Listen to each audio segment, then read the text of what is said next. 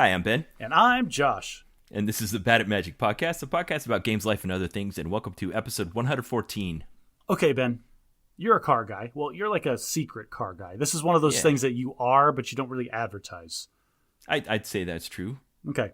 I keep forgetting. I always have to remind myself you're a secret car guy. So, as a secret car guy, I'm sure that you are no stranger to pitch circle diameter. Uh-oh, you got me. I'm not even going to pretend to know what that is. Well, Ben, how are you going to put custom wheels and lugs on your car if you don't know your pitch circle diameter? I actually don't know if those are the right words. I made those up. Okay. Okay, so the idea is that on a car tire, if you look at a car tire or a car wheel, right? You've got the lug nuts and just the bolts that are holding the wheel onto the car, right? Uh-huh. Okay. How do you space those, or how big are those? I'm going to go buy a completely new wheel. How do I know I'm getting the correct wheel that goes on my car? So this problem came up this week. My daughter called me from college. She's like, "Dad, I got a flat tire, and the crappy dealer that sells the car just threw a random spare in the trunk, and the lugs don't fit the wheel." Your daughter had a car. Oh man, that sucks. Because I'm going through. I just simulated that entire experience, and my entire checklist would have been like, open the trunk. Yes, there is a spare tire, and then shut the trunk again. Exactly. That's what we did. We saw that there was a spare in there, that it wasn't flat. I assumed she'd be okay, but when she got it out, it had 5 lug holes, but her car only has 4 lugs. That reminds me of the time when I was in high school and I got a flat tire. Took my spare down that I knew was there, and it was flat. Like, I've had a flat spare tire for who knows how long. Yeah. How often do you check that kind of thing? So is that where the number 114 comes in? This is where the number 114 kind of fits in. So the pitch circle diameter is if you look at the lugs on a wheel, okay? If you draw a line through the center of the lugs and draw a circle through the center of each one of those lugs, that is the pitch circle diameter, is what they call it. Like how far apart, or the circle that the lugs make into the wheel. And the most common pitch circle diameters on modern cars, are 100 millimeters, 112 millimeters, and 114 millimeters. Ah, nice. I'll tell you, I had to reach really deep for that one, Ben. 114 was a struggle, and I wouldn't have done it. Okay, this is gonna bleed right into bad at husbanding. Are you ready? Okay, good. Okay, very short bad at husbanding. I am pounding away on the computer, and I am frantically researching 114, trying to find interesting facts. I had no less than 18 browser tabs open with this I guess could work. Well, Title 42, Section 114 has something like this. That seems kind of fine, but it's really boring. I'm just going through all of the things that I normally do to try to find some kind of interesting fact, and I'm coming up with butt kiss, okay? I must have been doing that for a full hour. And then my wife, who's just chilling in the other room, goes, "Hey, what are you doing?" Like, I'm sweating trying to find something for 114. She goes, "Oh, okay." And 5 seconds later, she had 3 suggestions that were all solid for 114. Nice. And that is why we call them our better half. So yes, most of my brain was, "Oh, thank you so much for helping me." But there was one person in the back of my brain that's like, How? Why wasn't I able to do that? Yes, exactly. Like, what internet wizardry did you just concoct that I have no idea about? Okay, I thought you were going to tell me that Nicole knows all about pitch circle diameter, in which case you need to stop accusing me of being a car guy. She is definitely not a car person. Nope. All right, Josh, I want to tell you a story of intrigue, and unfortunately, it's not over yet, so I'm just going to give it to you straight. I'm also going to spoil some real-world things here, so for listening children, I'm sorry about what's about to be spoiled here. Oh, wow. So my wife had an idea of getting a particular Christmas gift for our children. Okay. So I did some research, talked to some people I trusted. What she wanted to get was a 3D printer. Ooh, that's big. Holy crap, that's big. It is big. So I shopped around. I found one I really liked. The name brand doesn't matter. I'll just give you the value of the one I settled on. It's $2,400. Whoa! Is this like the Bamboo one or something? Nah, it's a digital printer. The brand is irrelevant. Irrelevant. Okay. A digital printer for 3D printer for $2,400. So we ordered it on. I shopped around for price and features, and I ordered it on Amazon. And I picked one that was being delivered from Amazon, like it said in the settings on the side that it was coming from their warehouse. So I thought everything was going to be okay. I was tracking the package because it's a $2,400 package coming in the house. But I didn't want it to come here because my kids would see it, and then it said it ships in manufacturer packaging. Oh, no. So you had it shipped to a random place. No, not a random place. Don't get ahead of me. My sister lives 3 miles away. In roughly the same neighborhood here in Utah. So I shipped it to her house. She texted me and said the package arrived, but it doesn't look like the thing you said it is. Oh, I'm no. like, that's weird. I'll see it when I get there.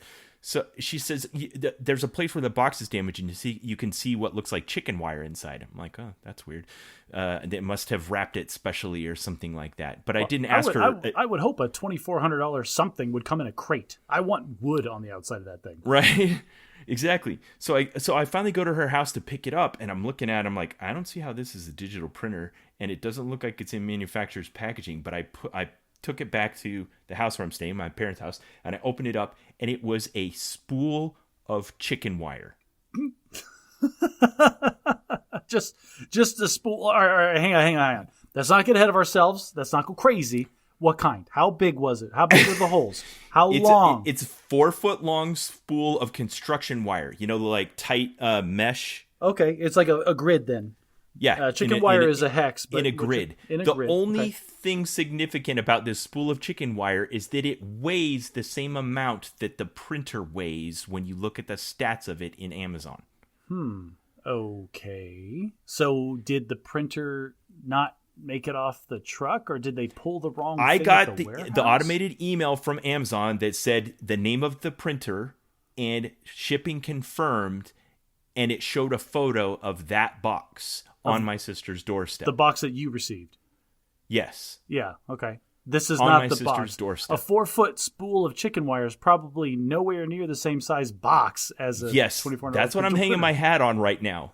So instead of like flipping out and calling, Jeff Bezos, I just opened up the app, found that shipment, clicked on it, and said, did everything go okay? And I hit the little thumbs down, and it said, what would you like to do? And I said, I'd like to return it. And it said, okay, someone will come by tomorrow to pick it up, and here's the process. And it laid out like a 6-step process with you're initiating the return, we'll pick it up, we'll process it at our warehouse, and we'll refund the money to you. And they use very careful language. It said something like, the refund will be processed within 30 days. You send it back within the time limit, everything's been followed, we'll pick it up, no shipping charges to you, nothing like that. So on the surface, it looks like everything's okay. They picked it up a week ago, and it still hasn't been updated in the app, but the little progress time bar that they give you in the app, it shows it shouldn't have been done by now. So they're being very careful in like biding their steps. At some point, they're going to look at this spool of chicken wire and say, who does this guy think he is sending us a spool of chicken wire and wanting us to give him $2,400 back? The only thing I got to hang my hat on here, Josh, is the photo that the delivery driver took was of the same spool of chicken wire. Yeah, listeners, you can't see this, but I'm sharpening my pitchfork as Ben is finishing up this story, because this is going to go take it back. This has the potential to go so badly. Right. Okay, so it could go well, but how did this happen? How did I order a $2,400 digital 3D printer that's supposed to come from their factory in manufacturer's packaging, and I got shipped a plain brown box that said made in China that was a spool of chicken wire inside? You know what? Normally this is the part where I would flip out and say, yeah, it's absolutely ridiculous. These processes should be down flat. But you know what, Ben? It's the holidays. I'm going to give some HFG to Amazon here. Totally outside of my normal frame of mind, but I'm kind of falling back on the comm days where I was working at the comm squadron. People were always calling and complaining when stuff went wrong. And then our joke was, when they pick up the phone and there's a dial tone, they don't call and say thank you.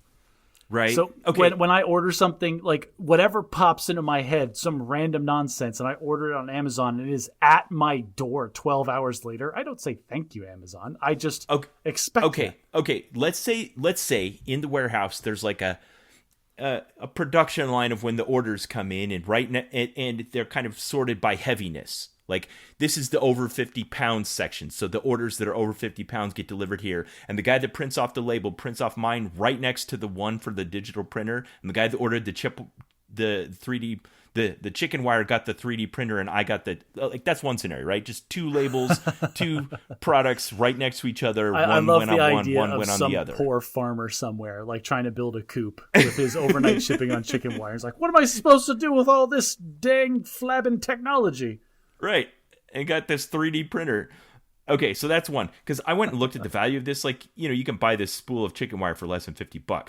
So the discrepancy in the value of this is off the charts bad. Like, oh, really man. bad. And they're going to be like, you don't get a refund. You sent us back $50 worth of chicken wire. We sent you a $2,400 digital printer. There's no chance we're refunding you, sir. Yes. Again, the only thing I have to hang my hat on here is that before I ever touched this box, their delivery driver took a picture of the box I sent back to them. I think that delivery driver got a really good 3D printer for his his home office. Maybe. I don't know. I didn't like inspect the label to see if it had been peeled off and restuck on, or I don't know. Maybe. Okay, so you're asking the right questions. Either this is a mistake of the kind that it can only happen in this particular kind of scenario, because if a human anywhere along the way made any kind of like common sense judgment check, this wouldn't have happened. Well, now that's asking a lot, though, because you're asking a person to what? Review all the contents of the truck? So you forget my son, no, not the delivery driver, the order fulfillment center. Well, I get that there's a ton of humans between where you are and how that chicken wire got to you. That's why there will only be one step in the process where there's someone making a check on the contents of the package. Right. Yeah. There's a QC at the beginning where it's like, are these the correct packages? Yes or no? And if that gets checked yes erroneously, right, then, from that then point it's just forward, execution. it doesn't matter. Yeah, this is your box. Right. That's interesting. Or maybe, like you said, someone along the line made up a fake label and slapped on it, and stole my printer and delivered me a spool of chicken wire that weighed the same. You know what? If it was my last day as an Amazon delivery driver, I might set aside a couple boxes for myself. That to me is the Occam's razor version of this. Is that somebody recognized what that box was, what it contained, because it was in manufacturer's packaging. In manufacturer's packaging. So maybe it fell off the truck kind of scenario. Right. And I'm going to ship the chicken wire back to Amazon and they're going to give me my money back. And then somewhere, I don't know how they rectify what happened in their supply chain where they sent me a digital printer. I don't know if they took a photo of the box before it left the factory, but they sent me a digital printer and I got a roll of chicken wire. Did it have the chicken wire have like the actual shipping label with your name and everything on it? Did it look like that had been peeled off of another box? I didn't look at that real closely. I took a couple photos of it before I sent it back, so I'll take a look and see. But it was nothing obvious. Interesting. My wife said she'd heard of this scam. Ooh. She said she'd heard of this, but I don't know. It would, like you said, it would have to have been after it left Amazon. Yeah, there's some weakness. Like if this is a scam, if this is a known recurring problem, then there's some weakness in the quality control between the factory, or not the factory, but the fulfillment center and then your front door. So yeah, who knows what went wrong? Somebody said, "Hey, I'll go get spend $50 at Home Depot and get this thing that weighs the same amount, print out a fake label and slap on it, drop it on their porch, take a photo, and call it good." You keep keying in on the weight, and that might not be the wrong idea. It's exactly the same weight. Exactly the same. Well, and this is what I'm saying is you're keying in on that, which is probably it might not be insignificant. Like maybe there is a glitch in Amazon's system. It wasn't the same dimensions at all. It wasn't the same value. It wasn't the same category. The only thing that's the same between a spool of chicken wire and a $2,400 3D printer is they weigh the same amount. So is that one of the checks when the truck is leaving the fulfillment center? Do they weigh the truck and like this is what we're expecting the truck to weigh within some variability of gas in the tank or whatever? Yeah. I had a much more lower stakes problem with Amazon earlier this week. Go ahead. I went out to my front porch and there's a big old box. Like, wow, this is a big old box. I wonder what Nicole bought for the kids this time. And this is actually not addressed to us. This is addressed to the people who live across the street. And so I'm out here. I'm in my pajama pants and my slippers, and I pick up this box and I just walk across the street and I set it down on their porch. And then they have a big pile of boxes. And I'm like, I wonder. And I check. Yep, sure enough, every one of those boxes belongs to me. So it's just a 1-for-1 swap, huh? Well, except they got one package and I was supposed to get like 5. Right. And so I drop off their package and I pick up all this big old stack of boxes off their porch and start walking away. And only then did I remember, my neighbors across the street have a Ring doorbell. Have a security camera? Yeah. Yeah. And so I didn't stop. I didn't knock on the door. I didn't tell them. But like, if they go check their doorbell camera, they're going to see me putting one box down and taking 5 boxes away. I hope they understand what happened there. But if they don't, would they need to though? Like their expectation was only to get 1 box. Maybe. I don't. Do you live in suburban America? Because if there's not 3 Amazon packages that don't show up at my door every day, then I start asking my wife if she's feeling okay. Okay, so put all that aside. Let's say that there's a FedEx or a UPS driver in the loop here. I think this is part of the reason Amazon's bringing all their order fulfillment in-house. Does your neighborhood have those weird-looking Amazon trucks with the round headlights that are full electric driving around? No, I don't think so. Ooh, there's a whole fleet of those around here. They're so cool looking. Okay. Anyway, that's a way they can trim costs is by owning the whole process end to end instead of having to outsource any of it if they, own everything. Well, if I can avoid shipping anything FedEx, I'm going to, because they are notorious for not even knocking on my door and just leaving that slip like, oh, we tried, you weren't here. This is your 3rd attempt, so you have to come down to FedEx and get it from us. Like, you didn't even try. Have you seen that video on the internet where there's like the guy in the Ring doorbell and she rings it and says something to him and he says something rude to her and she's like, I guess you can pick it up at the office. And he's like, no, come back. No, leave it on my doorstep. No. That's hilarious. Ben, for the last year I worked from home. There is no reason I should have missed any package drop-offs. Right. It happens. Well, I'll keep you posted. Let you know what happens with the 3D printer saga of the 55-pound package. But this is something that part of me wants, and the other part of me realizes that I cannot have, because that's a whole dedicated hobby. It needs its own space, like a lot of space. Like it needs to be set up somewhere. It's going to run all night. It's going to be loud, so it's got to be outside of the main living area. But at the same time, as I'm living my normal life, I come across these little circumstances, these little nuanced niche scenarios. I'm like, you know what? It'd be really nice if I could 3D print a little tiny thing that sticks right here. This would solve my whole problem. Yep. I know. I was watching a Tom Stanton video this week where he made this beautiful little hand crank generator that he used to charge up this supercapacitor on this remote control airplane. Oh, jeez. And it was so cool. So, yes, 3D printers were made for people to rapid prototype actual manufacturing stuff, and now it's just trickled down to suburban dads. Look at this cool dice tower I made. And we've invented this, like, I don't know if there's a name for this. In computer science, it's called Turing Complete. It's when you have a system that can calculate itself. And 3D printers can be that. Like if you reach the point where a 3D printer can print another 3D printer, you've now become, what do we call this? Manufacturing complete. Okay, this was a Futurama episode where Bender ate a 3D printer, or like the professor made a thing that can make a take anything you want, scan it, and make 2 smaller copies of it. And Bender ate it. And so he was just making smaller copies of himself that also had the ability to make smaller copies of himself. Right. And it grew geometrically and he took over the entire universe. Right. Yeah, that kind of thing. That's what I'm talking about. Manufacturing complete. You've now created a thing you created a system that all you have to do is input raw materials and energy and it will perpetuate itself. And all I can think about now is T800s eating my car and making more T800s. All right, Josh, you sent me a text this week where I realized you hit a parenting milestone I hit a long time ago. So long ago I'd forgotten about. You texted me and you said, Ben, we're sitting around having family time. Go ahead and tell the rest of the story. All right, so it was last weekend, and it's the holidays, and we sat down on the couch. We're like, hey, everybody come in. Gather round the Yule log, family. We're going to do a time-honored tradition, and we're going to watch National Lampoon's Christmas Vacation together as a family. Okay, a classic, to be sure. A classic Christmas movie, yes. And we got like halfway through it, and my son goes, hey, my friend is texting me. I know where he lives. Can I walk to his house? Could have been an utterly and completely ordinary moment, but for you it wasn't. Why is that? Well, it's just the first time that that's happened. It's like, hey, I want to go do something different. And I get it. I'm kind of lame and boring. And he's seen the movie before, and he's not hung out with his friend like at his friend's house. So I didn't shut him down. I wasn't sad or anything. I'm like, oh yeah, you know where it is? Show me on a map. Okay, take your phone with you.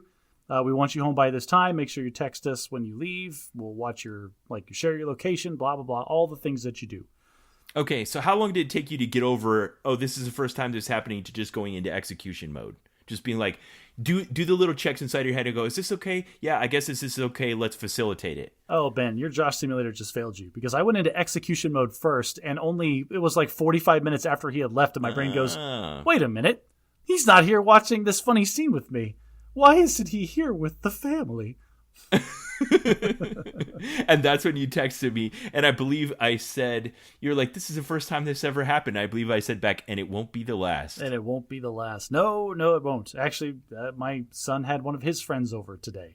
So this is turning into a thing where he's going to hang out with his friends more and more. And you know what, Ben? That's okay. This is a transition that has to happen. I get it. Today being the 23rd of December, which isn't technically a holiday, but it's right there in the gray zone of like the family togetherness tradition time. We don't have a lot of traditions, so that's okay. This was, Ben, I installed a ceiling fan today. I'll tell that story later. This was just a normal day for us. Okay, well, we did lots and lots of the family togetherness thing, so much. And I just enjoyed the heck out of all of it.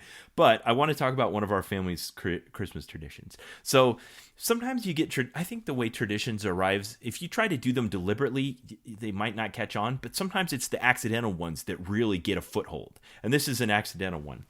One year, I don't remember why, but for some reason my wife decided that she was going to wrap each children's gifts in paper. Oh, I know the reason. It's because when you wrap a child's gifts and then you write their name on it, then they know it's their gift and they pick it up and try to guess it and shake it. Oh, okay, yeah. This is the thing where you just get different kinds of wrapping paper for each person. You put everything under the tree, but you don't tell anybody whose wrapping paper is whose until Christmas.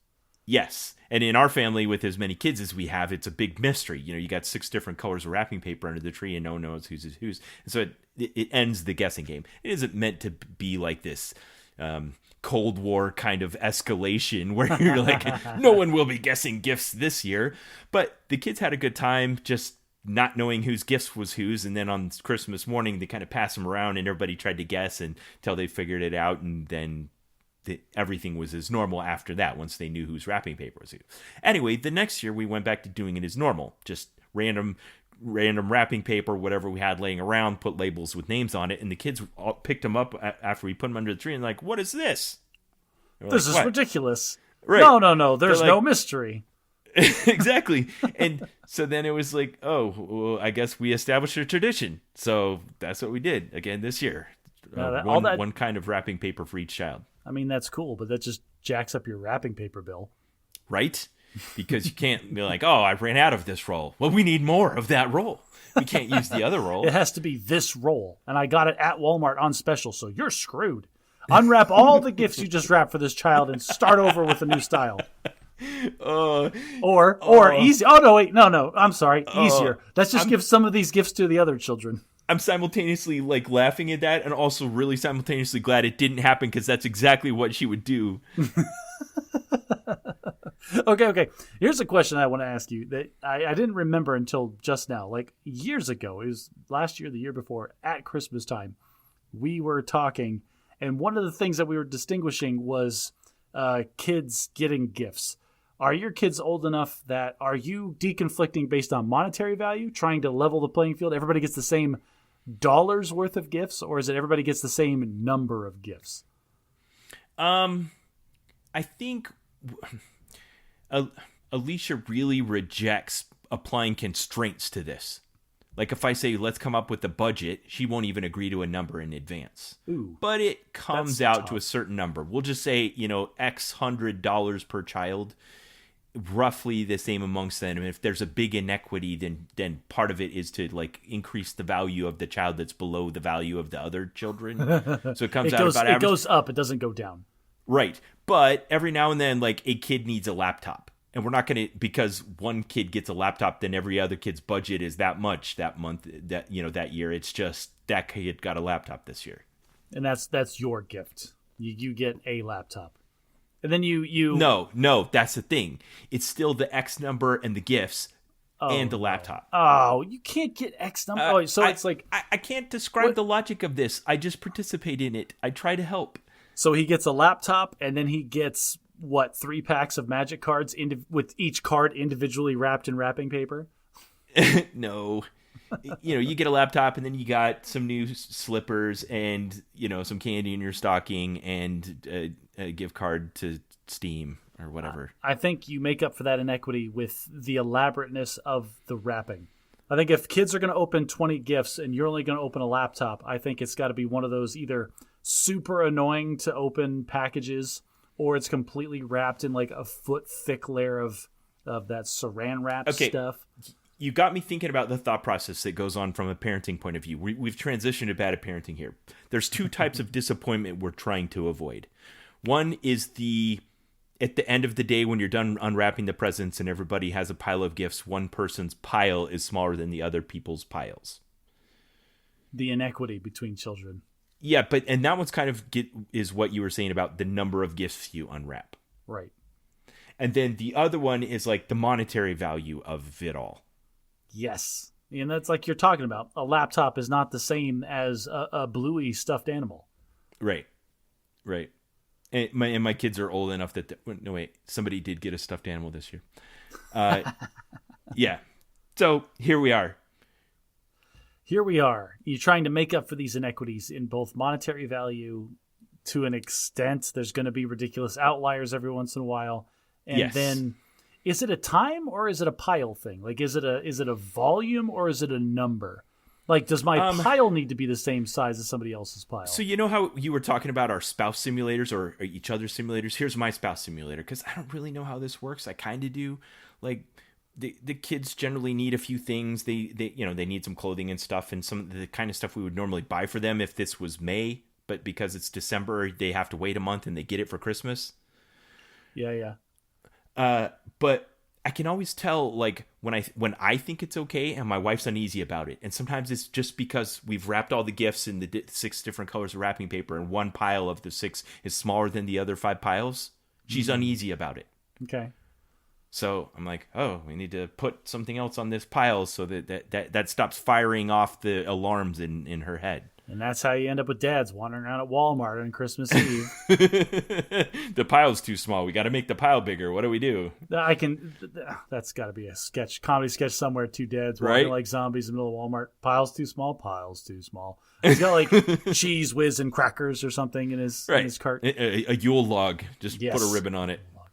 I just realized as you were telling that story that we are the 2 worst people to be talking about this specific topic. Because you said something in there that indicated and reminded me, I actually have no idea how any of this happens for my children. As far as I'm concerned, Santa Claus is real because my wife just makes it all appear. Like, she doesn't even involve you in it, huh? Not really. She lets me know when it's done. Like there are large Amazon boxes that contain a plethora of smaller gifts that are all already wrapped in my closet. I don't know where they came from. I don't know what's in there. So she keeps track of all of it. What's your role in the process? Well, you're talking about even you said, I think somebody got a stuffed animal this year, but you talked about the laptop. A kid needs a laptop. We got to get him a laptop. There's things that break your threshold. It's like, okay, I was involved in the process for this one thing that rose above the rest. And so this year, I know what that is. Spoilers for my children. If you listen to this before it's published, I guess. It can't. Yeah. Can't possibly happen. Maybe. But so we bought a Switch Lite, one of the smaller switches with the screen doesn't come off, for my daughter. And that broke my threshold because that's a solid gift because she's constantly wanting to play certain games that only exist on the Switch. And we weren't getting my son a Switch Lite. So we kind of just said, it's for both of them, fully intending my daughter to be the only person. That's one way to. It would be the same if the 3D printer had actually arrived. It wouldn't be for one of the kids. It's you guys get a 3D printer this Christmas. You all get a 3D printer that I will put all of the hours into. Right. You were buying yourself a 3D printer. Don't even pretend you weren't. No, well, this wasn't my idea, and that's another problem. Is now that it didn't come. She kind of said to me, well, we've got to go to the store and buy one now. I'm like, no, I haven't gotten the $2,400 back yet. I am not going to the store and buying one of these. Oof. Like, forget about it. Yeah, we're not going to go $5,000 deep, not knowing if we're going to get half of that back. Right. Ooh. So what's for Christmas? It's just a Just the Amazon ad. You're just gonna print it out and like hang it up. So like, here's why I get involved. I'm saying too much. So we're transitioning to bad at husbanding. I think we did already. I think you said that. Okay. So I said bad. Did I say husbanding? I thought I said parenting. This is just bad. We're just being bad at this point. We're just being bad now.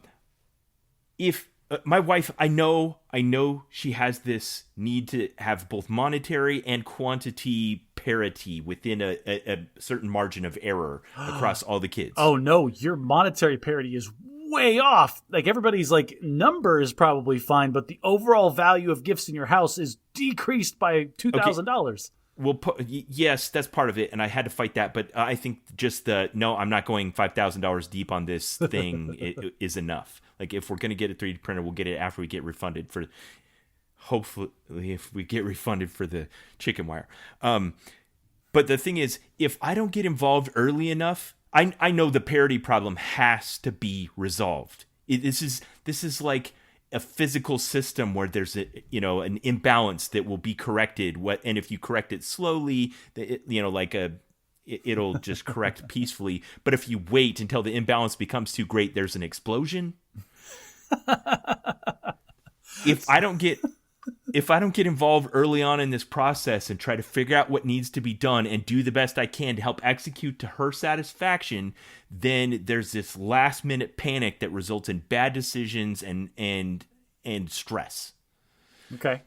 So if I get involved early on and I help buy the gifts and I help figure it out and I keep checking to make sure that we're meeting all of the things I don't know, like in quantity and value and need and stuff across all the kids, then it turns into like the 2 days before just this panicked, frustrating shopping where you can't find what you need and stuff sold out and you run out of time and just all that stuff.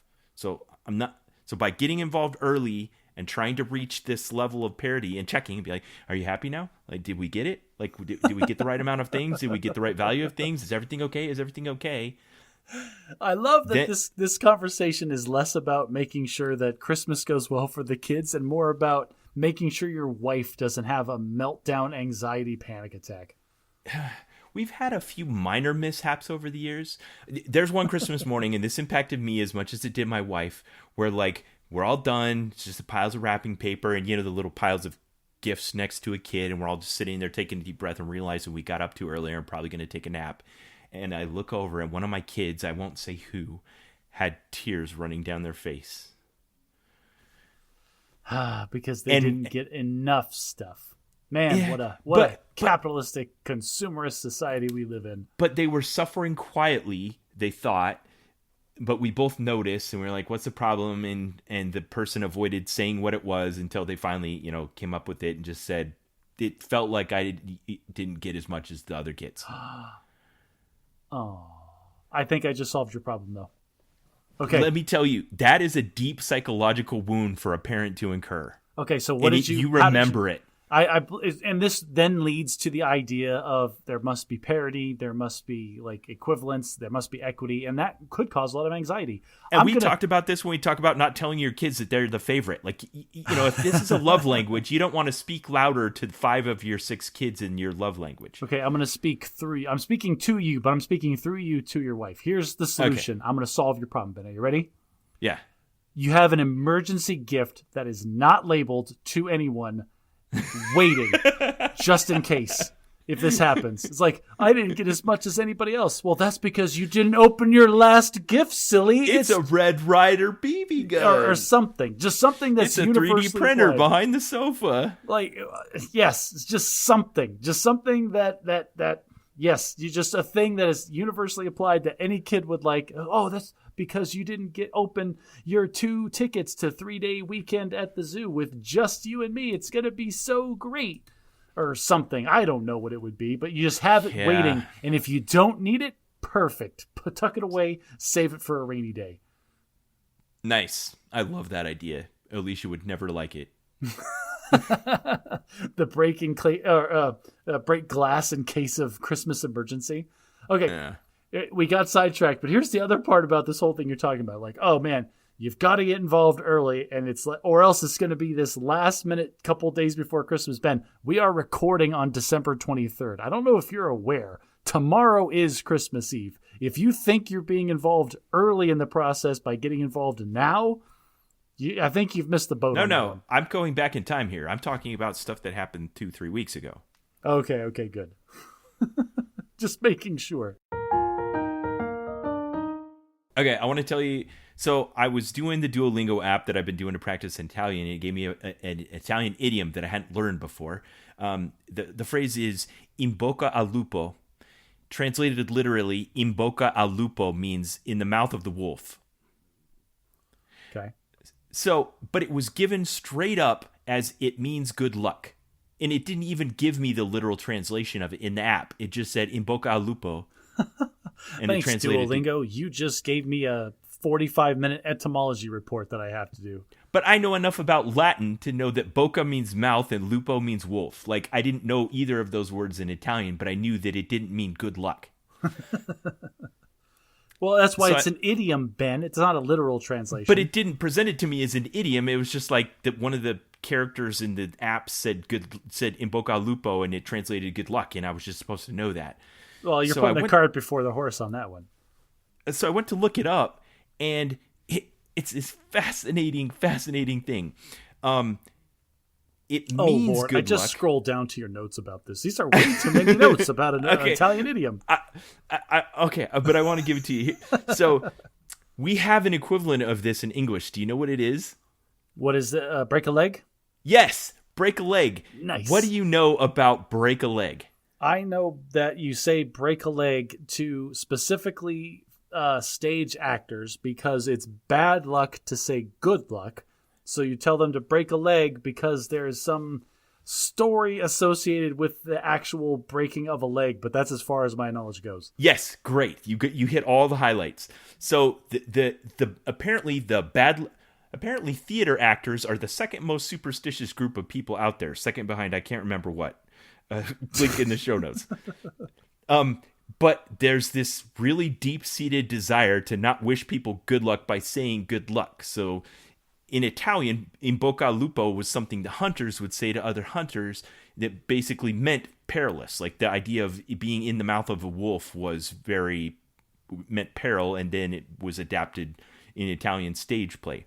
Well, the phrase "break a leg," there's at least 6 different possible origins of this phrase.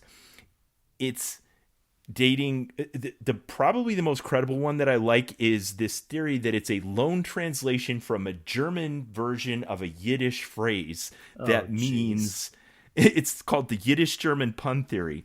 The phrase is "Hatlasch und Broche," which means success and blessing in Yiddish. But if a German person heard you say that, they might think that you said "Hals und Breinbuch," which means break your neck and your leg. It's commonly known for pilots to say that to each other, a little bit tongue-in-cheek, knowing that they're saying this phrase that in Yiddish means success and blessing.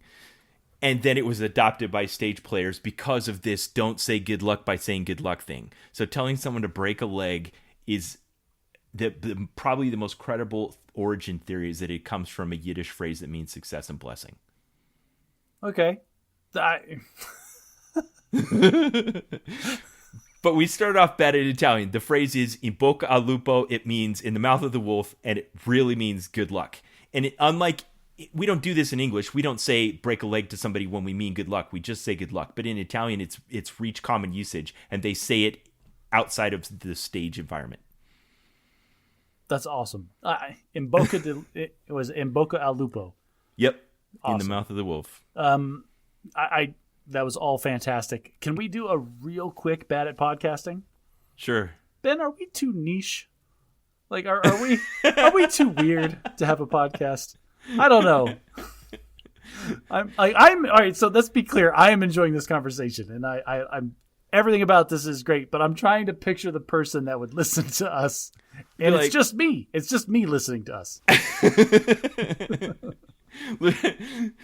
All right. I'm going to try to use "in bocca al lupo" here in the next week, and we'll see if it's useful to us in our lives and our mothers. What are you reading right now, Josh? Have you finished? I can't even remember which one you're on in the Wheel of Time. Of course, I'm on book 4, The Shadow Rising, Ben. I got a good 4 or 5 hours in it today doing my chores because it's just a normal day for us. We'll talk about that more later, I suppose, at some point. But this one, this is one of the first books that in the series that's really long.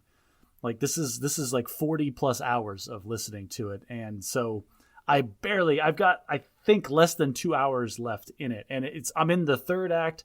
It's these multiple storylines that are all wrapping up, and it's so good, and I love it so much. Is this the longest one? This is not the longest one. The longest one I think is book 6, Lord of Chaos. That one's very long. All right, so you should be done with this one by the next time. I don't know if I'll update your infographic this time. Then it's not accurate enough to show that little of a change. Do you know how much that hurts me? Do you realize? I look at that. Now, I was listening to the book today, and I looked at how much time was left. I'm like, I'm not going to make it. I'm going to get to recording the podcast, and I'm going to be in the same book that I was in 2 weeks ago.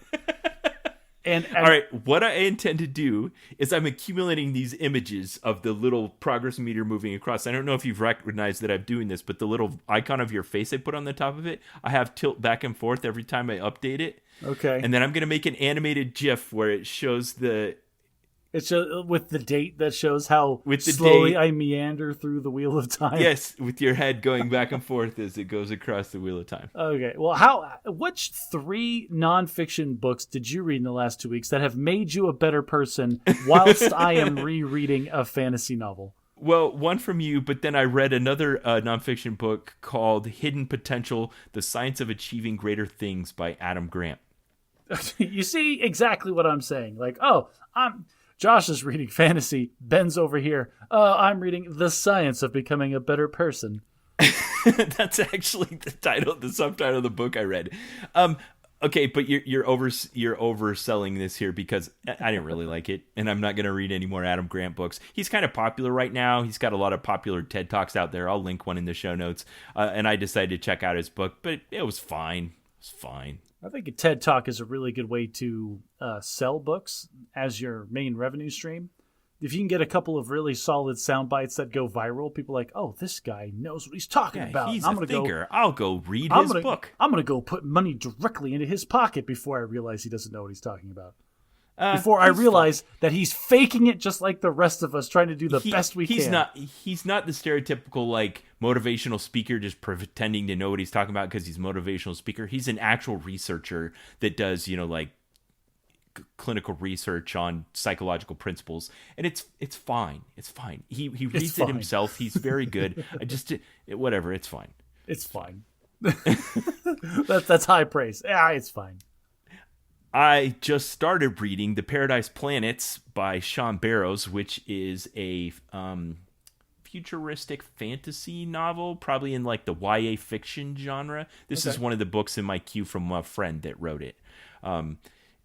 It's all right. It's set in this futuristic universe where there's alternative forms of transport and wormholes where you can travel between worlds. And there's one world that's the main conflict of the book is classism. There's the one planet that's better than all the other planets and only the rich people can go there. And at the very beginning of the book, our protagonists get kidnapped from the rich planet and put out scattered across the poor planets. Oh, and no. They're learning what life is like on the poor planets and trying to get back to the rich planet. And they're in denial and they're just hoping that this will all be a bad dream. And it's an interesting way to explore the ideas of classism. Okay. Yeah, that's and you know what? I was gonna start making fun of it for being oh, that's a completely unique plot line that I have never heard of except in the Hunger Games and every other YA novel. But I'm not gonna tear it down. You're right. You got to remember what the genre is. It's a YA novel. You've got to. It might be a little heavy-handed, but that's what you got to do, right? If your target audience are 13 and 14-year-olds that are approaching this topic for the very first time, maybe you do need to be a little heavy-handed with the metaphors and the symbolism. Yeah, and it's interesting. I'm enjoying it so far. He performs locally because before he was an author, he was a singer, and he does he goes to this restaurant and does sing performances. There was one yesterday night, but I missed it. I'm hoping he'll be on next week. I'll go see it. I wish I'd read more of the book, though. I'd be like, hey, Sean. He's like, oh, how'd you like my book? I'm 2 chapters in. Artsy people are weird. Creative people, like, oh, I do creative YA science fiction, and I sing. Except in this case, it's I sing and then I do creative. He has a video on YouTube that I think has like 300 million views. Okay. Maybe it's only 3 million. It's a lot. It's in the millions. There's an M after it. That seems Link like a in lot. the show notes. He went viral once. All right, I want to do a quick board game survivor. I haven't in a while, but when I get together with family for the holidays, I always end up playing new games that I haven't played before. Have you ever played a game with a standard playing card deck called Nerds? Nerds? No, I've never played Nerds, but I am aware that I call these the bicycle deck games. Because you got the deck of bicycle cards. I'm aware that there are a near infinite number of games that people have made up over the years for these. Yes, this one's really unique, and I want to tell you about it because it really kind of entered into my sphere in a way that I can't stop thinking about it. It basically takes it assumes that you already know how to play other games and takes that to teach you to play a new game. So here's how it works. You need a unique deck of cards for every person that's going to play, and it has to be unlike the other decks because they're going to get mixed together, and then you need to be able to take them apart. Oh, geez. So you need a lot of bicycle decks for this one. Yes, but they can't be bicycle decks. So, we had like a Star Wars deck, and I think their parents used to play blackjack at the casino, so they had a lot of those decks that had a drill hole through all of them. Oh, those are cool. Yeah, those are fun. Yeah, so we had some casino cards and some whatever, a whole bunch of different decks of cards. And what you do is you hand each person their deck, and then they lay out a game of solitaire, like free cell solitaire, where you're just playing with 4... like regular solitaire like you play on the PC. And that's the knowledge you have to bring to it, as long as you know how to play solitaire. But then you take out of your deck 11 cards that is your Nerds pile. So you start playing solitaire, and when you get an ace, you put it out in the center, and anyone can play on that ace. Oh. Counting up in suit. Okay. You keep the top card of your Nerds pile played over, and you play solitaire, cycling through 3 cards at a time. But whenever you can, you get a card off the Nerds pile, whether you play it up into the center or into your solitaire game. So the first person that gets through their Nerds pile first calls Nerds, and then everyone else, you take score of how many cards they have left in their Nerds pile, and you calculate score and do it round after round. So it's group solitaire. It's like Battle Royale solitaire. Yeah. That is unique. It's really fun. It's interactive. Sometimes it kind of bogs down and it changes who wins, and there's really interesting play interactions. You got to be fast because sometimes if you have like a run of 3 cards and you try to put 3 out, somebody will break your run and put a card out on top of one of your cards. It's really interesting. So Nerds is the game. You just need different decks of cards. That sounds very interesting, but I am the wrong target audience for a game like that. Why? Because I know I've seen what games exist in the world. Okay, so it's becoming more popular. People understand and realize that there's more board games than just Monopoly and Life. Than just a deck of bicycle cards. And that's the thing. When somebody approaches me, and this happens more often than it probably should, like, oh, I play card games. Have you ever heard of this game? You play it with the deck of 52 cards. And I look at this person as if they're describing how a wheel and stick and hoop works. Like they're running down the street with the soup. And I'm like, oh, you poor, poor child. This is 2023. Do you have any idea of the quality of games that exist beyond the bicycle deck?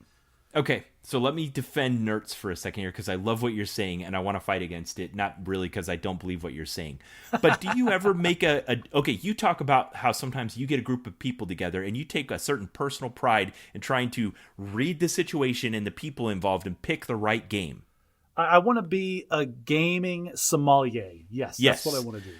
This game has the benefit of wrapping casual players that sometimes only play something as simple as solitaire into a group game that's interactive without all of the mental trauma you're inflicting on them by handing them a 40-page rule book.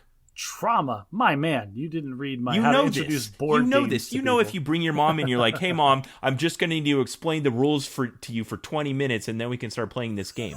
Like you can pick up Nerds in less than a minute. Do you know how to play solitaire? Great. Here's your Nerds pile. You got to try to get rid of those while you're playing solitaire. Let's go. Now you sound like a used car salesman. Like, do you know how to play solitaire? Perfect. You've got everything you need. Let me show you something. Come with me. I had a good time. Like, they'd gotten out 4 or 5 games. We started playing Nerds, and by the time the evening was over, we never stopped, and I was still enjoying it. Let me be clear. I'm not telling you didn't have a good time. Like, oh, I had a good time. Like, no, you didn't. You couldn't possibly with a bicycle deck. That's not a thing. If you had fun, that's fine. I'm not trying to tear down your fun time. I'm just, the opportunity cost is so great. There are so many amazing things that you can. How many players are playing Nerds with you? 5. There's 5 players. Okay. There was 2 couples, and I was the 5th wheel. Okay. Is there any reason you weren't playing Dominion instead? These were the kind of people that also play like Settlers of Catan and stuff like that, so it wasn't outside the realm of possibility. But the hostess said, I think you guys might like this game. Let's try it, and if you don't like it, we can move on to something else. Got it. Okay, and that's fine. That's perfectly fine. Not trying to tear you down at all. I liked it enough that I would try to play it with other people for some of the same reasons, like because the barrier of entry is kind of low. You see, you say that, but now I'm thinking, how many people in Gen Z and Gen A know how to play solitaire? You're right. It does have a little bit of an older demographic filter. Do you have a favorite bicycle game? Like, if that's all you had? If all I had was a bicycle deck, what would I play? All right, how many players? Okay, we'll do the same situation I was in. 5. 5 players. Okay. 5 sucks, but because the brain my immediate goes to Hearts. I want to try to play a game of Hearts, but if I have 5 players, what am I playing? I don't know. Like I'm like, so Hearts is like a draw and interact on a turn basis. The one element that Nerds introduces also this how fast you can react. Right, kind the of thing, like slapjack. Play. Everybody's playing their own kind of game with an interactive element to it. Yes, but this one had a speed-based element to it as well. However fast you can play solitaire correctly is how fast you can burn through your deck and try. But you're also waiting on other people to interact. You ever seen? They're doing this online now. There's a version of Tetris where 100 people are playing Tetris together at the same time. What? Yeah, I don't know. Like all the pieces are dropping down at once? Well, yes. Like, but you're playing a game of Tetris. Like, you are playing your game of Tetris, but then you see on the side of the window all the other players playing their game of Tetris simultaneously. Oh, okay. So you're not all on the same field. You're not all on the same field, but if anybody gets a Tetris, it puts 4 indestructible blocks onto everybody else's playing field. So that would be over so fast. Well, and people die pretty quickly. But if you get a Tetris, I think it removes some of the indestructible blocks. Like, I've only watched it a couple of times. But the idea of having an older game that you then adapt to be multiplayer, like, or combative, that's I don't know if that's a new thing, but that's creeping into the zeitgeist. But what would you say is the world's most popular bicycle game? It has to be solitaire. It has to be. Okay, so it might be solitaire. Could it also be poker? It could be poker. Some flavor of poker. Yes, absolutely. When I was growing up, that's what we played. So this is not a reflection on anybody, but I learned all of the casino games when I had a bicycle deck when I was a kid. So we would play blackjack and take turns being the house. We would play actual Hold'em poker. We would do the weird things where it's like, okay. So Texas Hold'em, then, would you say that's the most popular version of poker? I think it is, because that's the version that is now played in casinos, and that's the one that people are most familiar with. I grew up with the version of poker that I was exposed to was 5-card. 5-card stud. Or you have all of your own 5 cards. Right. Texas Hold'em is more, like, quote unquote, more fun because it's more interactive because of the known information thing. The bluffing becomes more of a strategy. The known and the blind information. It's a lot less about what cards you have and a lot more about reading people. It's more political than it is numbers, I guess. Yeah. All right. Well, if I can find a link to how to play Nerds, I'll put it in the show notes. Recommended if you have a few random decks of cards laying around that aren't all the same. All right, before we go on to our main topic, I'm going to hijack and I'm going to insert another segment here that we hadn't talked about before. Go for it. I didn't have an opportunity to put it in the show notes. Let's do another bad at parenting real quick. And I don't know how this goes bad at parenting, but I'm going to put it in bad at parenting. So I mentioned earlier in the podcast that today was just like it's December 23rd, but it was just a normal regular old day. Regular old day for me. Okay. One of the biggest things that was happening today was my son had a friend over. Like, again, this is new. We're being introduced to my son hanging out with his friends more than us. Honestly, I'm okay with it. It's great. I spent a little bit of time last night making sure I created a Steam profile for my daughter. So, and downloaded Team Fortress 2, which is a free-to-play game that Steam puts out. For your daughter? Well, I put it on my daughter's computer because it's next to my son's computer. And now when his buddy showed up, okay, they could immediately sit down. They can both play Team Fortress together in the same party. I was going to say, Jane did not strike me as a Team Fortress 2 player. Well, not yet. Who knows what she'll be when she grows up. No, Jane is half of her screen is her playing Minecraft, and the other half of her screen is her watching a YouTube video about other people playing Minecraft. That's where she's at right now. Awesome. I walk in there and I don't know which screen she's playing on, and it's just confusing and it hurts my brain. But okay. That's her jam. So you put Team Fortress on your daughter's computer and your son's computer so that when his friend comes over, they can both play. Yes, they can both sit down next to each other and play Team Fortress 2. Fantastic. That was a win. They had a blast. They were there for hours. My wife said that they never stopped laughing and chatting the whole time. That's great. I didn't know that because I took the opportunity. Hey, I have this big block of time where my son is going to be otherwise occupied. I'm going to do some daddy-daughter time. Jane, little girl, come with me. We are going to go do things together. It's like, what things, Daddy? We are going to go to Home Depot and buy a new ceiling fan to replace the one that is broken in the game room. And she's 9. She doesn't care. It's like, yes, that's great. Can I help pick? Of course you can help pick. You're coming with me. Okay. So she was young enough and innocent enough to get excited about it still.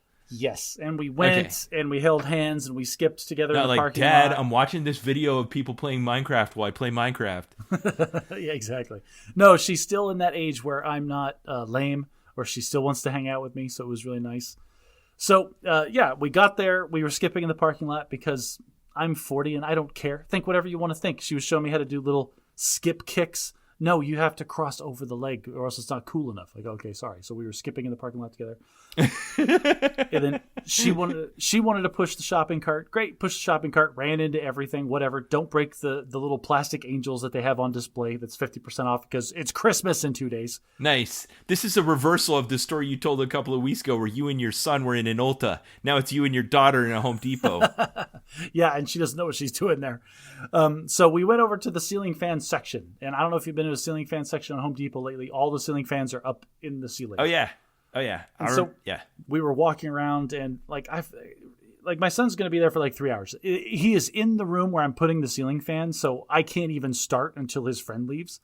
So you're taking your time. So yeah, I've got no rush. Whatever. We're just hanging out. And so we went through the pros and cons of all the fans. What do you think about this one? I think it's a little too modern. What about this one? I don't like the brushed nickel. I'm not going to say who said these things, but we went through and they all had pros, they all had cons. And we settled on one finally, and it's just your generic ceiling fan. They all look the same. But here's where my daughter got me. She got me. This is the lighting fixture on this ceiling fan there's two types typically. There's the big dome that goes over like one light bulb, and then there's the one where it looks like flowers that are sticking out of the ceiling fan where you screw light bulbs into it. We got the one with the flowers. You can screw whatever light bulb into it. You wanted the dome. She wanted the flowers. She wanted whatever. I don't care. She goes, I know what you're talking about. And probably like you, I've broken more than one of those in my lifetime. Yeah, both ways. I personally think the domes look a little bit better. But here's her selling point. If we get this one, it's got enough space, we can put cool light bulbs in it. What do you mean, cool light bulbs? Well, let's go look at the light bulbs. All right, screw it. Let's go look at light bulbs. And we're over looking at light bulbs, and this is where I lost the battle, Ben. Okay.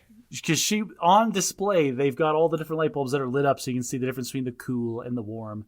But you can also see the LED ones that change into different colors, the entire hue of the rainbow. The whole spectrum. Stop, Josh. Don't pretend like you didn't enjoy this. So, all right. So this is the ridiculous part. Is my daughter convinced me that yes, this is something we have to have. I was like, dude, you really want crazy rainbow lights? We're not going to be able to read. And she goes, we've already got crazy rainbow lights on the desk and on our keyboards. Right? You've given her computers with LEDs in the case. And all right, so the inside out thing again, one guy in my brain is sitting there is no way this is going to get past the wife. And the other part of my brain's like, she's got a point. Everything in there is already rainbow It's like LED. the devil, the shoulder angels from Emperor's New Groove. No, she's got a point. No, she's got a point. Okay, so not only did I get... All right, so there's 3 bulbs that I've got to fill up. 2 of them are now the Wi-Fi-enabled, ridiculous, color-changing, full-spectrum LED rainbow puke nonsense. Okay. The third one. But can they do regular? Like, yes. Can you just say, act like a regular light bulb and it does? Yes. If I screwed it in and I turned the light on and they were just regular light bulb, you would have no idea that they could do this. You have to scan a QR code with the unique serial number of the bulb into their app from the QR code in the box to then sync to the light bulb to then tell it to do all this crazy nonsense. If you lose the QR code, are they just regular light bulbs forever? If you lose the QR code before setting it up, then yes, they're just regular light bulbs forever. Okay. So that was 2. Awesome. That was 2 of the light bulbs. There's a third slot that we had to fill. And I did not know this was a thing. And she's like, oh, we have to get this one. I was like, what is this one? Ben. There are light bulbs that are not only are they LED, not only are they the full spectrum rainbow unicorn vomit nonsense, but it's also a USB speaker. What? It's a Bluetooth speaker built into the light bulb that will change colors and flash with the music that you are piping through it. Awesome. Is it a good speaker? No, it's not a good speaker. It's built into hidden a in light bulb. But how can I say no to that?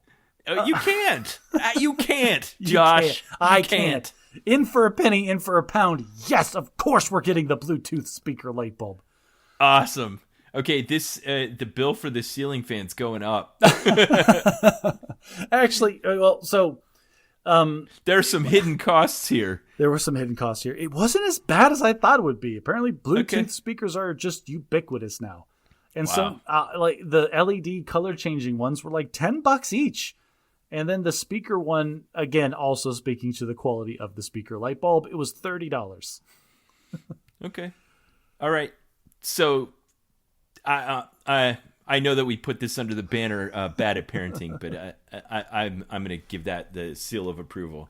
So I took my son's friend home. I came home and I'm like, all right, I've got a ceiling fan to install. And I installed the ceiling fan that goes like any other ceiling fan installation.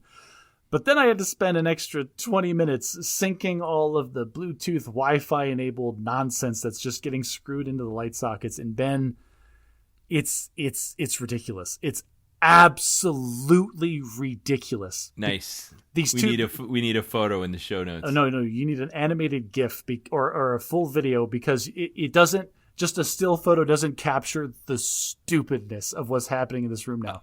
Because these light bulbs are cycling through every color of the rainbow, but there's no option to sync them in the app. And so they're on different timings and they're both showing different colors, which kind of makes it better a little bit. And then the third light bulb is just piping out random K-pop and blinking whatever color it feels like that has nothing to do with the other 2 colors that are pumping out. Meanwhile, this their sounds desk like has the best game room ever. You know what? Maybe that's what it is. Maybe I'm just living vicariously through my kids. Like, this is what I wanted my game room to be like when I was a kid. So here's my question for you. Is she happy with the end result? Oh, man. All right, not only is she so happy, so 2 things happened. One, I was doing show notes, getting ready for the podcast, and she came to me and she's like, hey, can you turn the music back on, the light bulb? I'm like, I can't because you have to have a phone for that. And she goes, you have a phone. It's like, I'm using it and I am taking it with me, so no. Apparently now...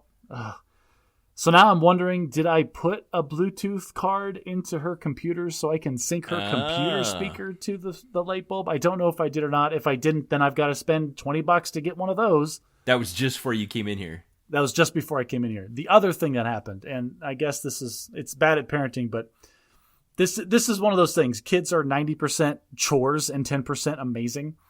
And so I was on my way out here to record the podcast. Like, hey, I'm going to go talk to Uncle Ben. So you guys might be in bed when I come in. So good night. I love you. And I'll see you in the morning. And my daughter grabs my hand. And she goes, Daddy, I really loved spending time with you today. Aw. And Ben, I almost went into cardiac arrest from my heart growing 2 sizes. That's awesome. Well, thanks. Merry Christmas, Grinch. For our main segment today, Josh, this one's coming out of left field, but this is just something that's been on my mind. I tried to explain it to you, and you weren't quite getting it, so let me try to give you the overview.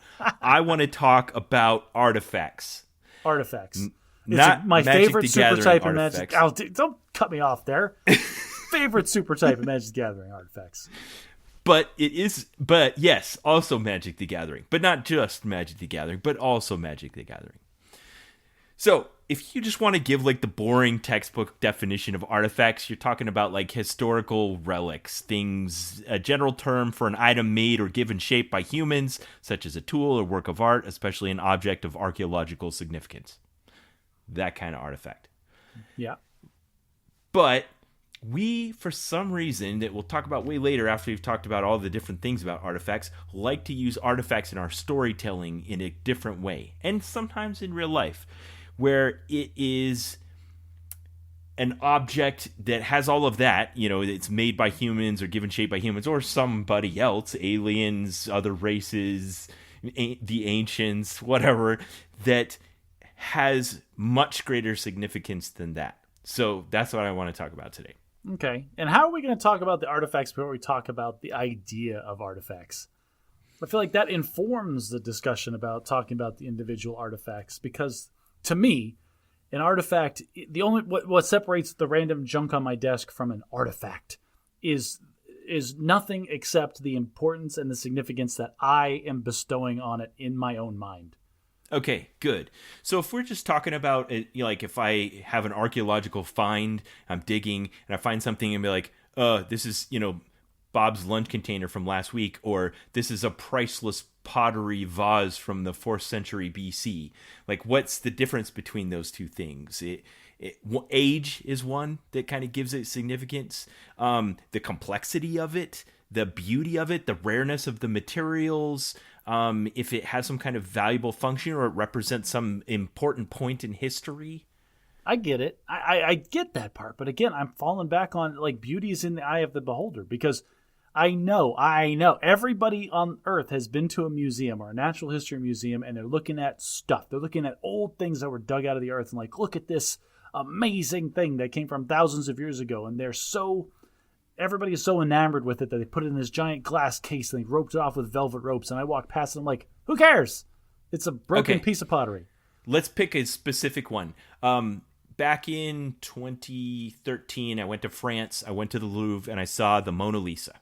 You saw the Mona Lisa. The Mona Lisa. I've heard that's much smaller than you think it is. It is.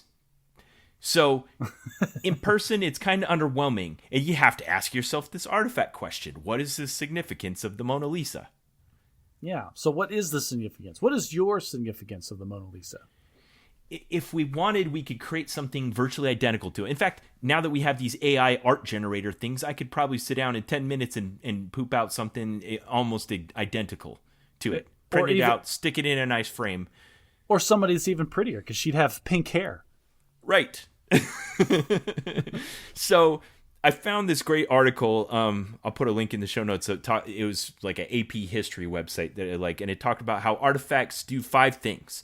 They tell their own story. They connect people. They mean lots of different things to different people. They capture important moments, and they reflect changes. And I think the Mona Lisa is valuable and important because it does all 5 of those things. It tells a story. It connects people. It was an important point in history. It means a lot of things. It captures a moment, and it reflects change. I always thought the Mona Lisa was just important because it was old and because it was somebody pseudo-famous painted it, and we just have it. And it's just a remnant of this great person that we learn about in school. Yeah. I think it does all 5 of those things. I'm not an art historian, and I'm not qualified to give the full lecture on that. I don't know. The best I can say is I've read a Dan Brown book. But I want to get more into the fun side of this. Like, we understand kind of vaguely, at least you know to respect it, even if you don't personally believe it. Okay. If there's an artifact on your desk, it's valuable to you, but you also kind of recognize that it wouldn't be valuable to someone else. But there are things that both you and I would recognize objectively would be very valuable or rare or sought after for many of those reasons. Okay. And even if we didn't like it, we could recognize that. Okay. So yes, there is some subjectivity to artifacts, but then at the same time, there are artifacts with universal acceptance of value. Yes. All right. So the fun definition of this is when you introduce magic into the equation. Ooh. And this is the Bad at Magic podcast. So let's talk about how artifacts and magic create this combination that we love to use in our games, in our storytelling, in our movies, in our mythology, all over the place. We like to take objects and imbue them with extra significance. Well, I think, yes, in general, I think we just want the universe to be a more magical place than it is, and we're constantly looking for ways to imbue this magic into our world. This is a complete tangent, but my wife made a Yule log. Like, she had a day off this week with the kids, and so she took them to Michael's. Tell what a Yule log is, because we have some international listeners. Okay, so Yule is the holiday that existed before Christmas.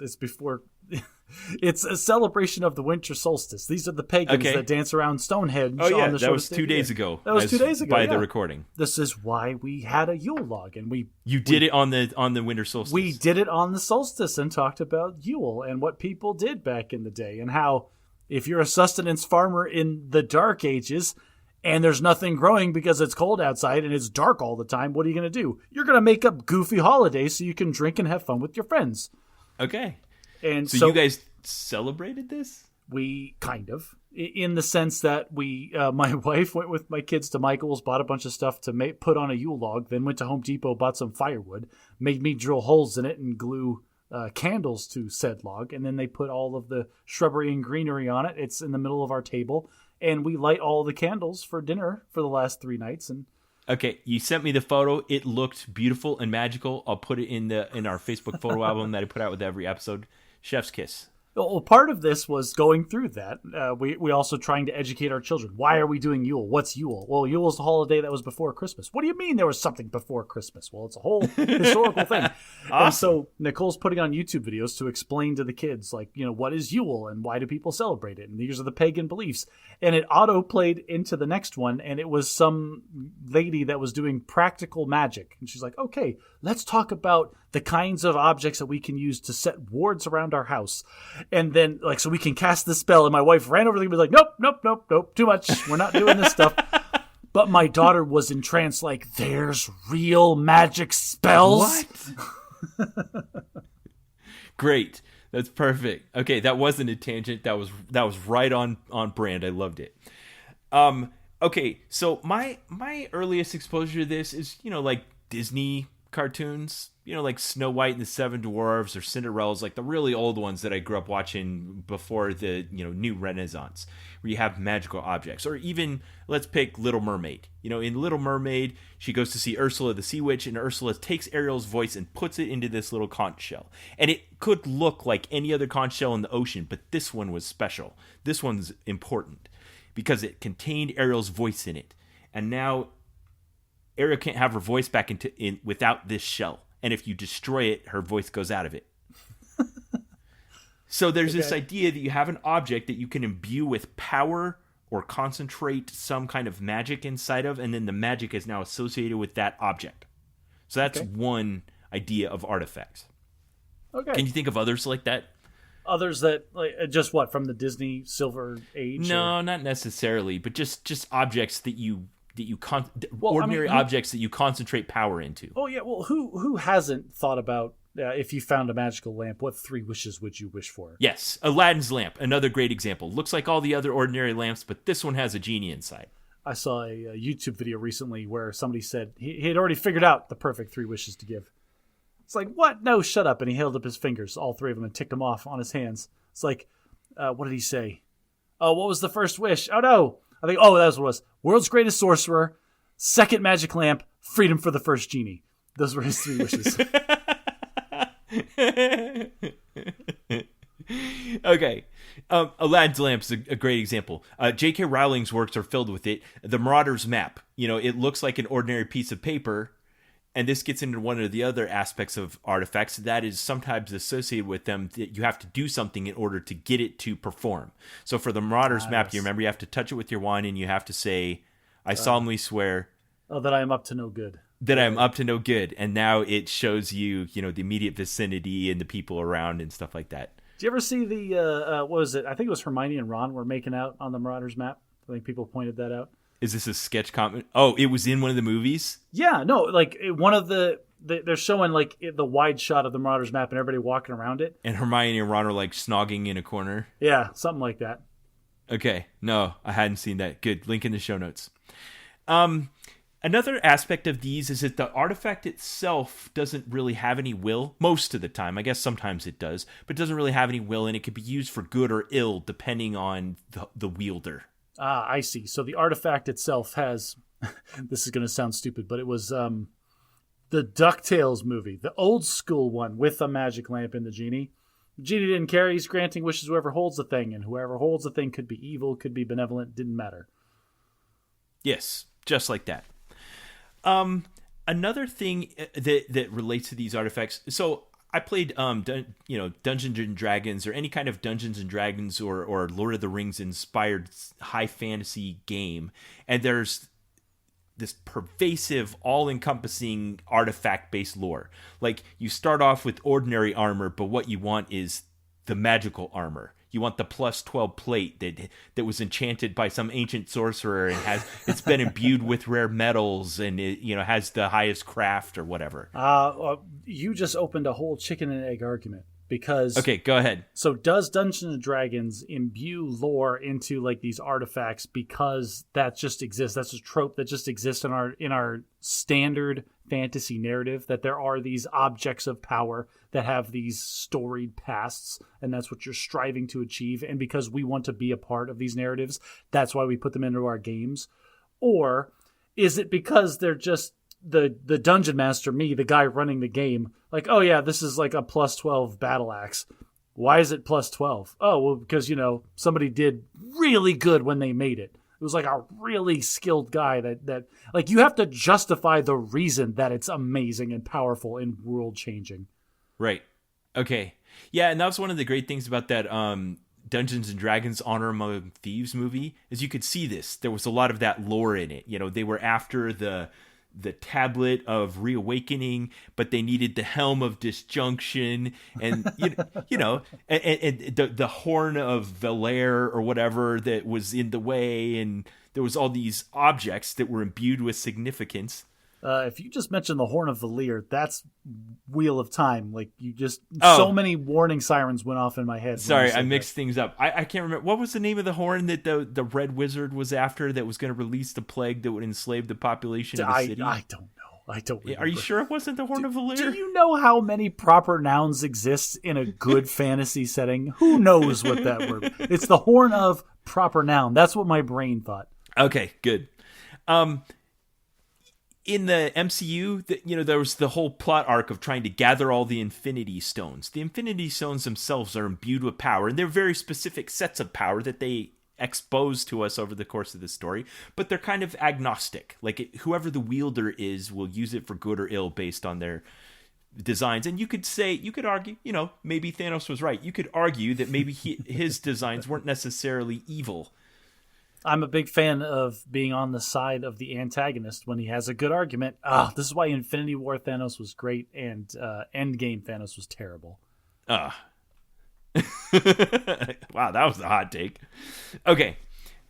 Sometimes they're made from special materials, like that's what gives it its significance. It's made from unobtainium, which is a random term that they like to use in science fiction or fantasy to just mean some material that's hard to get or have access to. So, editor's note here. Unobtainium is usually used as a placeholder for a different proper noun that you're going to actually come up with a cool name for the thing that's hard to get. You shouldn't just use the word unobtainium in your movie. So think of some examples of unobtainium, like vibranium. Yes. Just came this from outer random space. Right, this random element that came from outer space that has all these pseudo-magical properties that are actually just scientific, or whatever. I love Tony Stark, like, oh, that's made of the... what is it? No, it was Ultron. The most versatile metal on the planet, and they use it to make a frisbee. My sister reminded me of this great scene from Avatar: The Last Airbender where there was like this asteroid and they'd made a sword out of it and Sokka was fighting off all the bad guys with it and it was working really well. And then for some reason he had to throw it or it fell out of his hand and it flew away and he was like, goodbye, space sword. That's such a pivotal story moment. You're just throwing it out here like, oh, just... Go ahead. Fix it. Fix up my poor retelling of the story. I'm not fixing your poor retelling. It was not a poor retelling. It was factually accurate. What you're missing is the significance of the moment where, like, they were on the verge of death. They were, like, clinging almost literally by their fingernails, and they were about to die. And the only option he had to buy them another 30 seconds of life was to huck his sword at a guy. And so he did it. And it was the last thing he wanted to do, but it was just dire straits and circumstances. Good job, Sokka. Well, but that's a great example of how the artifact facilitated the storytelling. You had this object of significance that he wouldn't want to part with, and parting with it represented a sacrifice. Whereas if it was just a sword made from metal, it's fungible. It could just be replaced. All right, so I used to Dungeon Master a very long campaign, and I would research endlessly, like different things that I could plug in the campaign to make it cool. And one of the most fun items that I ever found in Dungeons & Dragons lore was this belt. And it was awesome because the belt protects you from whatever killed the last person who wore the belt. And so the story, awesome. Yes, the story behind that was great. It's like, oh, you find a belt. It has +2 resistance to fire and acid. Why? Because the first guy that wore it fell in a volcano and the second guy got eaten by an acid dragon. Awesome. Wow, that's so cool. What a clever idea. I love it. Sometimes an artifact is imbued with power through some type of quest or ritual, like trying to put all of the Infinity Stones into the Infinity Gauntlet. Or we were trying, as I was discussing this with my family, we were trying to find a way to find this artifact lore in the Star Wars saga. R2-D2 had the plans to the Death Star loaded into him. He now is an artifact of significance everyone is after. How dare you take a sentient, free-willed being like R2-D2 and diminish him into into an artifact? How dare you, sir? That is a character. Hashtag unexpected droids rights. No, I think a more significant artifact in the Star Wars universe is every lightsaber. I'm going to disagree with that, but I'm going to come back to it later because there's a whole category of artifacts that I want to get to later. But I think lightsabers, you got to like go on a quest. But does it require the Force to use it? It requires the Force to make it the first time. Yeah. Okay. But then if you're General Grievous and you're just good at killing Jedi, then you just have lightsabers now. Right. Okay.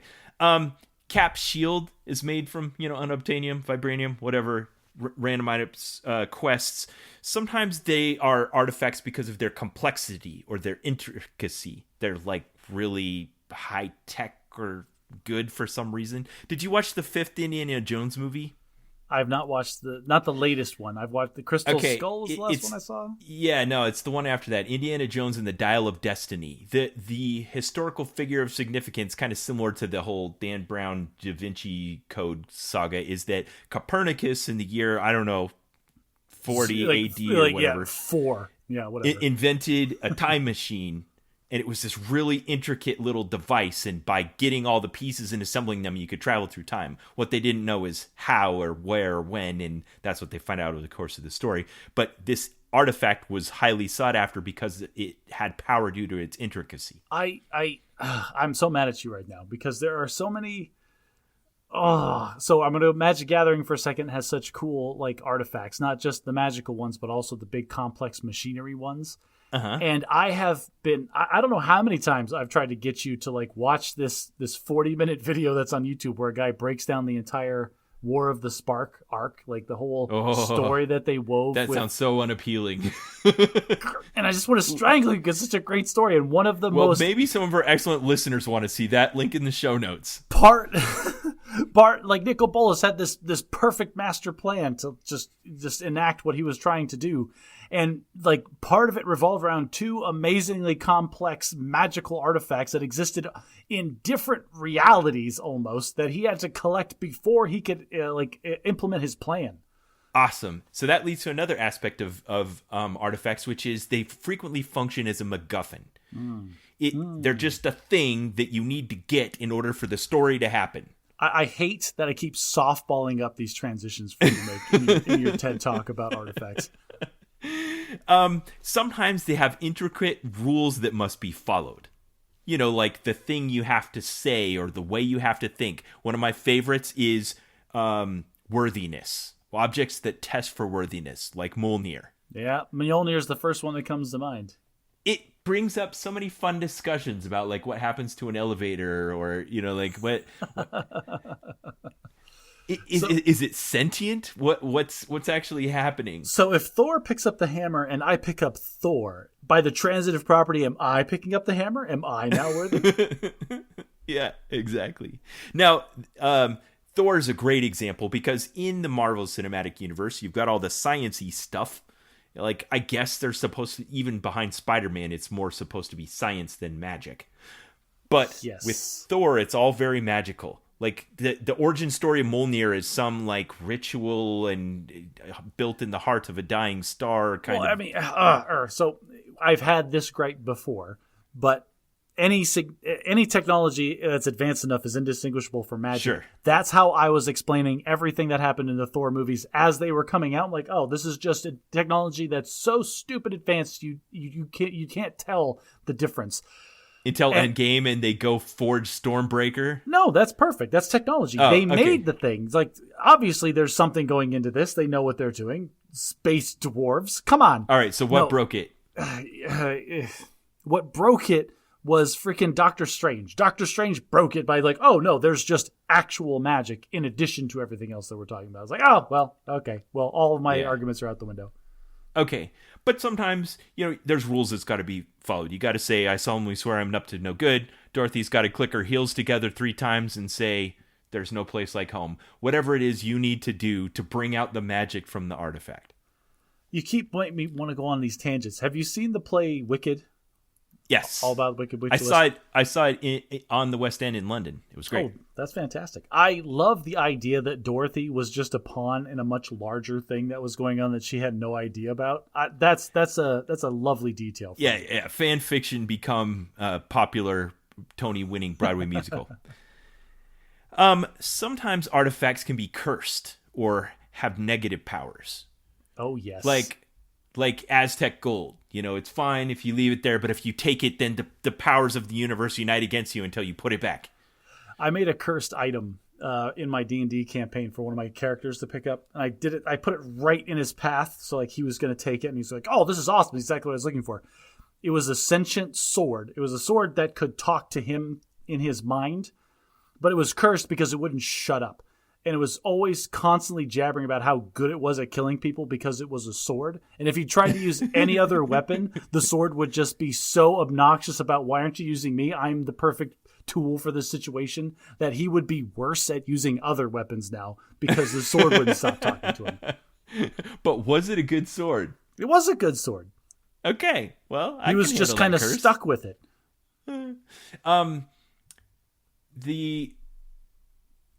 I completely lost my train of thought. Excellent. I did it. Here we are, listeners. Episode 114. We're at an hour and a half in.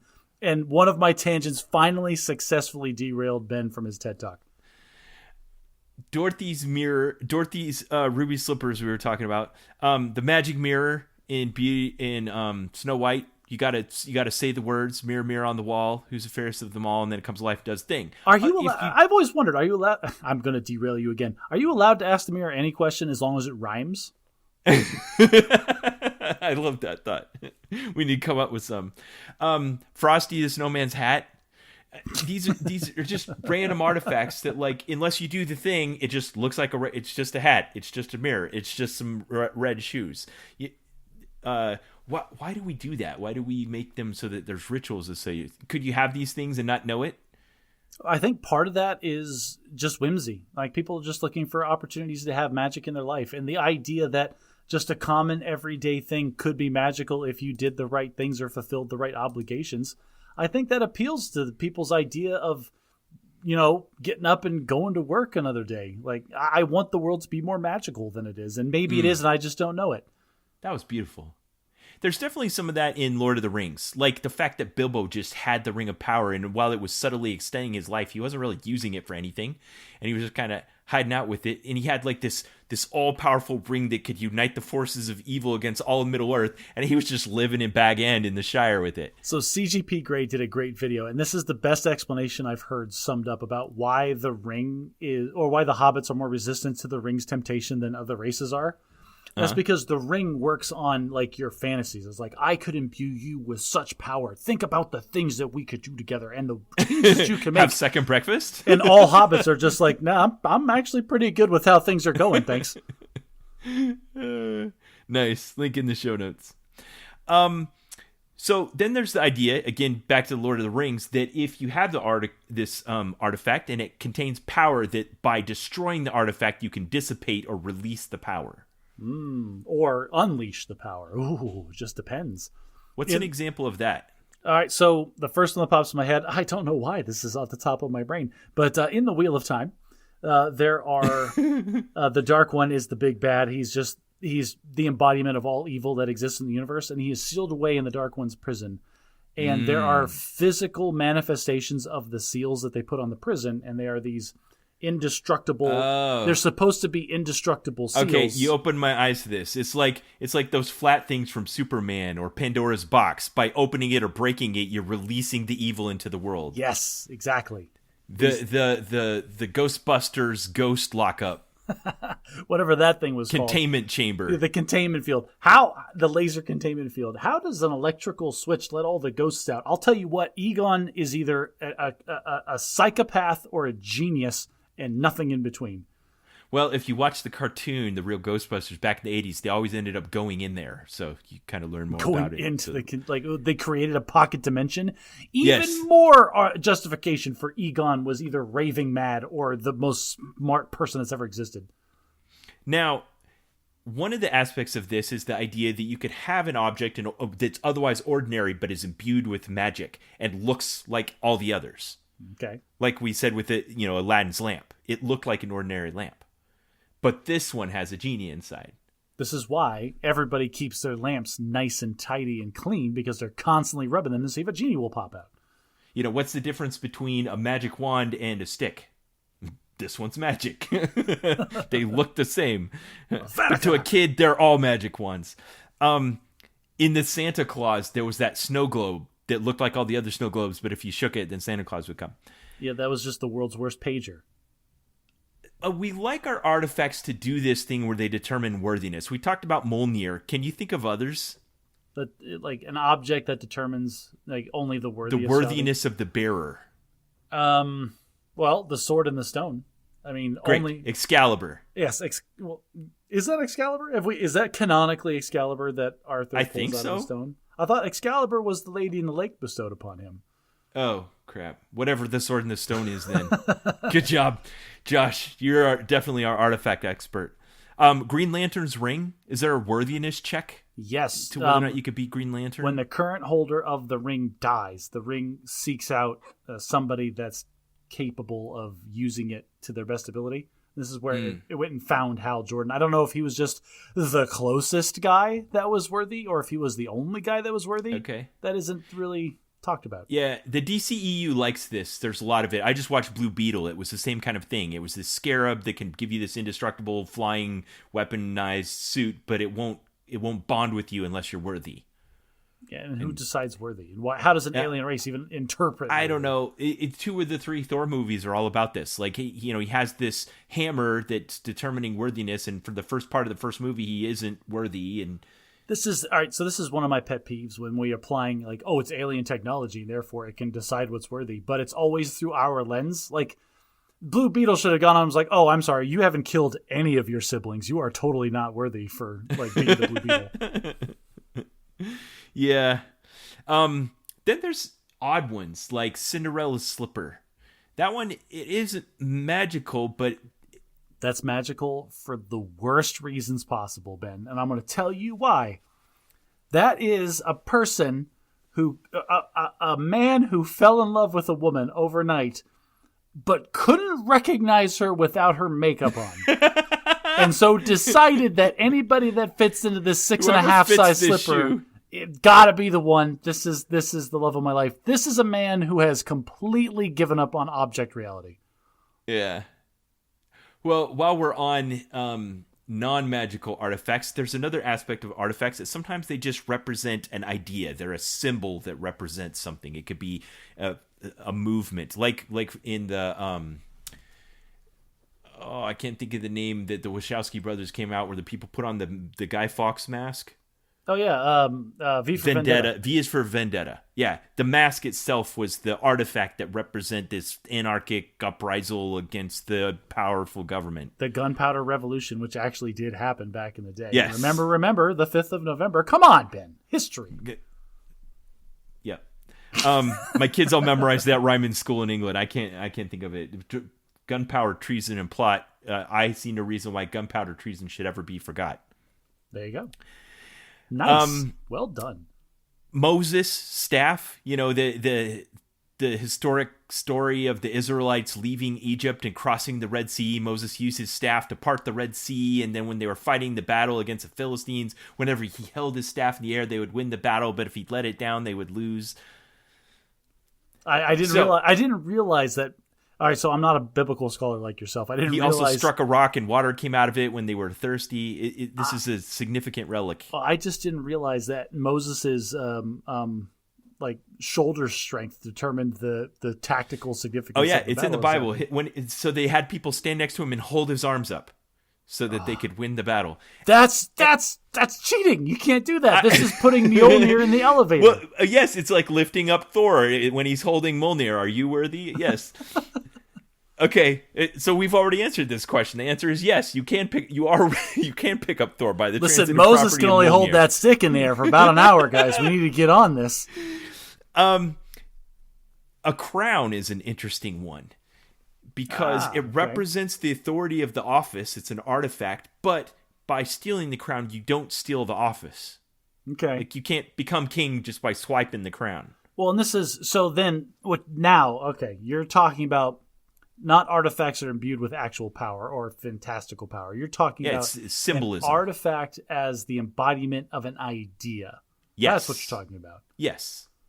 That leads me back to the artifacts that actually exist in my life that I care about. Are the ones that I imbue with symbolic Great. meaning. So I asked my family this and they couldn't think of any good ideas. What do you have that you feel like fits the bill there? Okay, so the first one, the most significant, is this ring that I have that I do not take off. Great.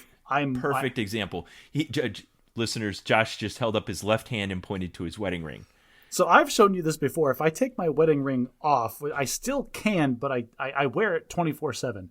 But if I take it off, my finger is a different shape where that ring sits. Like I can't even pretend. I can't go out and do the thing like, oh, I'm going to take my wedding ring off and hit on people. No, it's more noticeable if I'm not wearing it because my finger is a weird shape now. Awesome. How long have you been wearing it for now? That's a good question. 13 years. So okay. I bought it.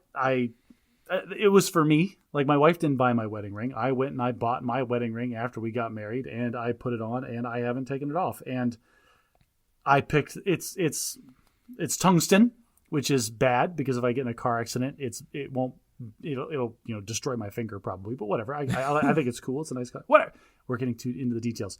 The idea. It's an artifact that represents an idea. It's an artifact that represents the idea of the commitment that I have made to another person. And this is what makes it the most important artifact that exists in my life. Nice. Followed closely, number 2, this is going to sound stupid, but it's my phone. I'm holding up my phone, the black box that is the embodiment of my connection to the rest of humanity. Okay, so you're leading off on a tangent. I kind of been holding off on. I want to go on this one now. I think this is where we've actually crossed over. Because with an artifact, we talked about how it's imbued with magic and you receive all these ideas of the past and it's sought after and then you're empowered when you have it. It could be used for good or for evil. We have technological devices that are, like you said, any sufficiently developed technology is indistinguishable from magic, we have devices we can hand people that do that. They give them magic. Like, yeah, that's true. I can hand you a smartphone, and now you can access the sum of human knowledge and communicate instantly with people on the other side of the earth and light up dark spaces and detect person's identity with great degree of accuracy and have access to funds and banks that are far away and all these magical things that we can do with this artifact that we carry around in our pockets. That's absolutely... It's like true. It's like a wand. And you can learn new spells for it, and you can teach it new spells. It's like a wand. It's way better than a wand, sir. It can take pictures. So we have lots of things like this that are these magical artifacts that we can imbue with power. Another one is like, okay, so a lightsaber was the example we gave from the Star Wars universe, but in our universe, we'll say a gun. Like, I can hand you a gun with bullets in it, and you don't have to know about metallurgy or chemistry or anything like that. You have inherited all the wisdom and the rarity of the metals and all the things that you're holding, and you now wield power in this artifact that you've been handed.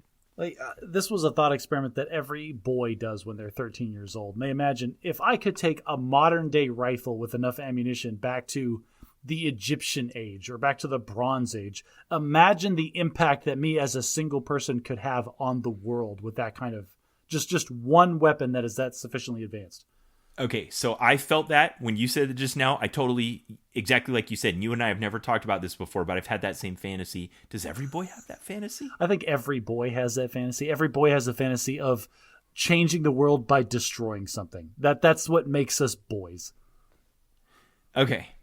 Yes, so weapons, high-tech devices, any of those kinds of things are artifacts in all respects that you've inherited the wisdom and the technology and the metallurgy and the rarity and all those things that now empower you to act something more, can be used for good or evil. Okay, so then why don't they show up in our narratives? Why are they just commonplace, like throwaway, like, oh, that's just a tool. That's just a thing that he had. It's never this significance like, oh, and he was handed a canteen with water. Like, it's just, this is a thing that he had because he needed to have it. Huh. Yeah, I don't know. It's because it's mundane. It's because we want the magic. We want something amazing. We don't want a gun that can kill somebody. We want the plus 14 greaves of freedom. What's cooler? Having a gun and shooting somebody across the room? Or if you have all of your hearts, you can swing your sword and a bolt of energy will come out once every 5 seconds and might hit the thing that you're aiming at. Hashtag unexpected Zelda. Awesome. Okay, so another aspect of artifacts is that sometimes they have this aspect where if you take them, you get access to the power, but you've set things out of balance. Okay. Give me an example. In Moana, the character played by The Rock... Dwayne The Rock Johnson, his name is Maui. Maui has that green gem. No, he doesn't. It was in the ocean. The ocean gave it to Moana to return to the heart of the Te Fiti, but she needed Maui's help, and so she sailed over to get Maui off of the island. Okay, he was exiled too because he can't swim. But when you had it, you could do stuff with it, but you really just need to put it back and leave it alone. They didn't know that. They thought that this was just a powerful artifact that gave you the power to create life. Oh, it's so symbolic. You are so glossing over these Pixar movies. They're so good.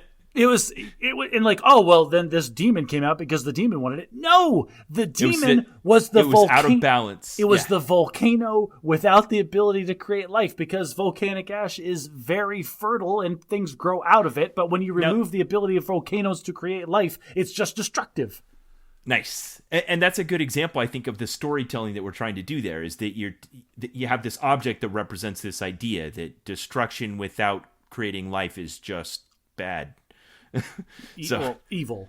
Yeah. Evil. Like, they're the bad guy because they're blowing stuff up. And again, I'm going to point at Thanos and be like, I don't know. Sometimes he's got a point.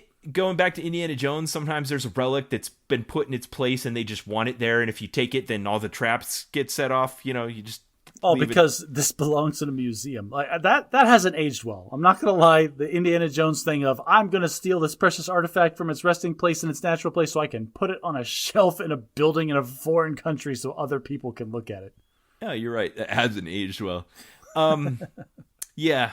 Sometimes the artifact is concentrated into a person. I started making a list of these, and I got a long list. Like, for instance, in the movie Willow, the baby Elora Danon is the artifact. The witch wants to destroy her because she represents the succession, the power, and she protected, and they're trying to bring her to the throne or whatever. That's just Harry Potter again. Harry Potter, exactly.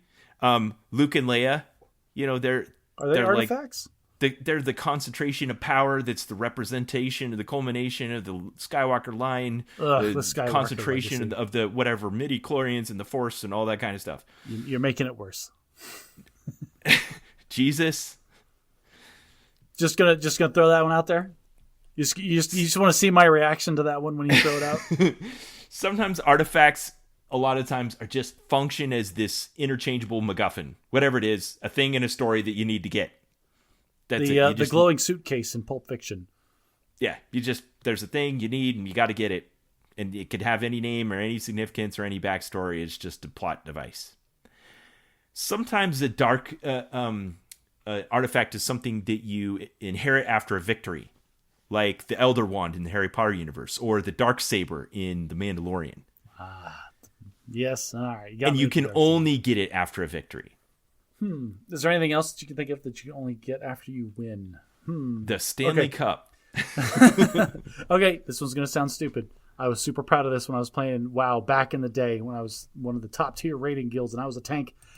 And they had this quest line where it was for the second best tanking sword that you can get to fight off the big giant monsters, okay? You had to go on the super long quest line. It was a lot of effort. And it was so cool because it culminated with you had to fight this dragon. And it was a raid boss. You had to have 39 other people helping you do it. And in the middle of the fight, randomly at some point, you had to take this unsmelted sword and you had to stab it in the ground. And you had to have the boss breathe fire on it. And then it would change into a new thing. And you had to extract it from the ground. And then you had 30 minutes to smelt it or cool it in the blood of the same dragon. So now you had to have the flexibility to plant this thing without killing everybody. How are you supposed to know all that? Oh, you were told. You were told this stuff. Okay, it was lore that you got from an NPC. Exactly. These are the steps that you'll have to take, and then you have to find some time in the middle. Hey, it takes every scrap of effort we have to kill this thing. I'm going to take 5 seconds off to go plant this in the ground. I love it. Right back. You're incorporating so many of the elements that I've laid out. Hey, and then if you could spin the dragon to breathe fire on this thing, that'd be great. Yes, thank you. Perfect. And then you pick it back up and okay, now all right, everybody get your game faces on. We need to kill this stupid thing so I can cool it off in her heart. Nice. That's a great example of the kind of artifact that's imbued with power when you follow a specific ritual, in order to concentrate the power into the object. Ben, I'm not going to lie to you. This was a video game. But it still took real effort. It took real time for me to get this done. It took cooperation from other real people. And man, when I first got it and held it aloft in my mind, because you can't do that in the game, but in my mind, I was holding it aloft to the on a hill and the sun was shining on me. Yeah. It was awesome. I think that's the same feeling they were going for when they were at Never Delir or wherever it was, and the Thor and Groot. Thor gives his last dying breath to hold open the portal of the flames from the dying star to smelt the ore that made Stormbreaker, and then Groot gives his arm to form the handle of it. You have what's left there after the smoke clears and 2 of our characters are almost dead is this concentration of power that feels like this is the thing we need to defeat Thanos. I'm still a little unclear about how the axe healed his 5th degree burns from the direct laser blast from a star. But I'm okay. Stop trying to make sense of it, Josh. He's a god. Sometimes I think it's important that the artifact introduces limits into the story.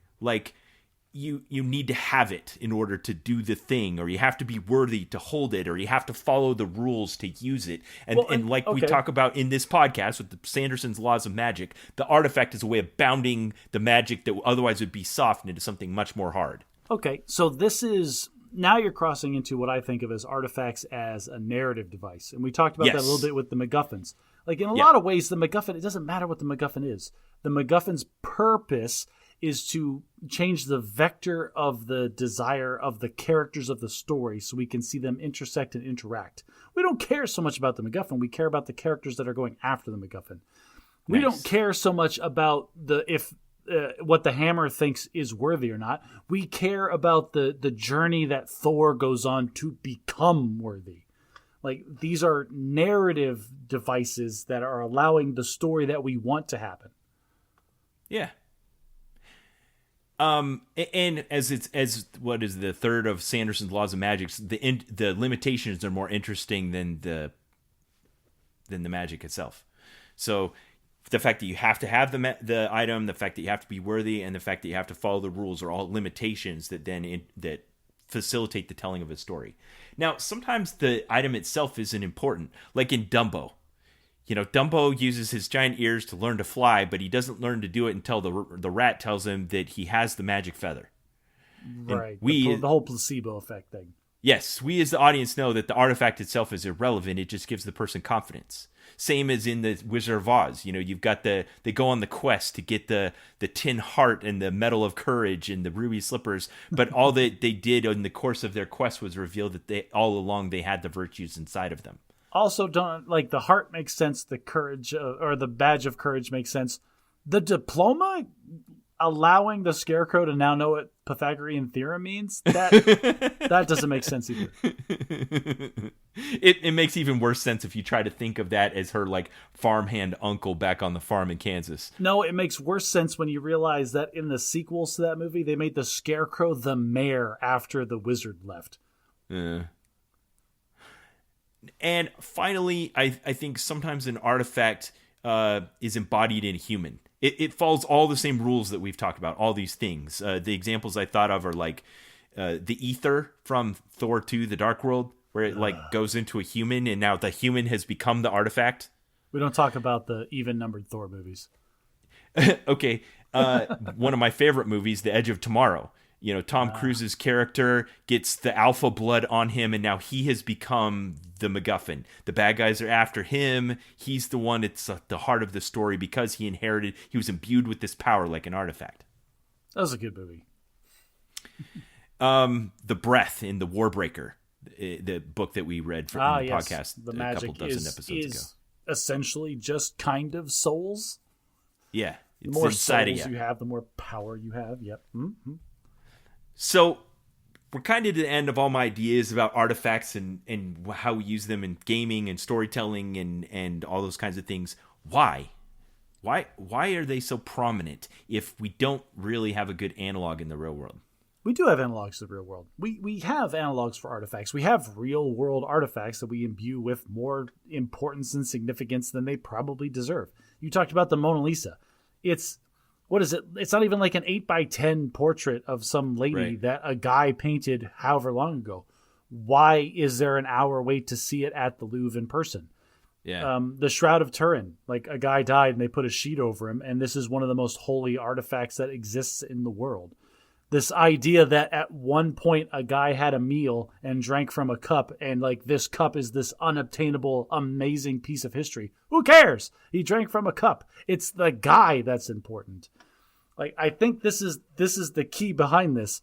These are remnants that we are imbuing with this idea of significance because they're what's left after this legacy is gone. That was a great speech, Josh. I think we should end it there. So, listeners, if you have some thoughts about artifacts or relics or what that you'd like to share, join in on the discussion on our Facebook page or on our subreddit. If you have some corrections to make, I'm sure I've made some errors, as I always do. If you like what we do, consider sharing us with a friend. If you like us, maybe your friends will like us too. If you really want to show us some love, consider taking your phone out of your pocket. It's the best artifact that you're probably carrying around with you. Consider giving us a good review on the podcast player of your choice. It's amazing the visibility we can get from that. And if you want me and Ben to talk about random super niche nonsense for like the 8 people that probably actually care about this stuff from now until the end of time, consider becoming a patron on our Patreon page. And until next time, try to be a little less bad at magic.